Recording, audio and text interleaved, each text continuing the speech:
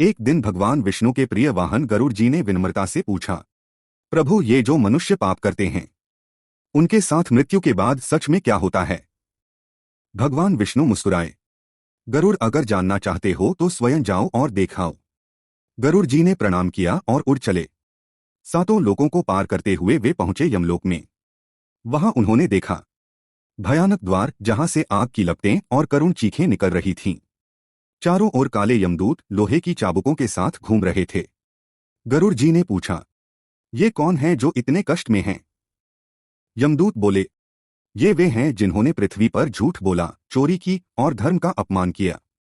गरुड़ जी आगे बढ़े। वहां एक स्थान पर लोग उबलते तेल के कड़ाह में डूबे हुए थे। कहीं कोई कांटों के पेड़ पर उल्टा टंगा था, तो कहीं कोई प्यासा आत्मा जल से एक कदम दूर तड़प रही थी। गरुड़ जी कांप गए। उन्होंने कहा, हे भगवान, ये कैसा दृश्य है? तभी एक आवाज आई, गरुड़, ये दंड नहीं, शिक्षा है, ताकि आत्मा फिर से धर्म के मार्ग पर लौटे। गरुड़ जी आगे बढ़े तो देखा एक स्त्री पत्थर के नीचे दब रही थी और रो रही थी।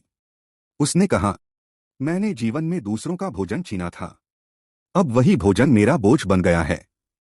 गरुड़ जी की आंखों में आंसू आ गए। उन्होंने प्रणाम किया और बोले, प्रभु, अब मुझे समझ आया, पृथ्वी पर कर्म का फल यहीं तय होता है।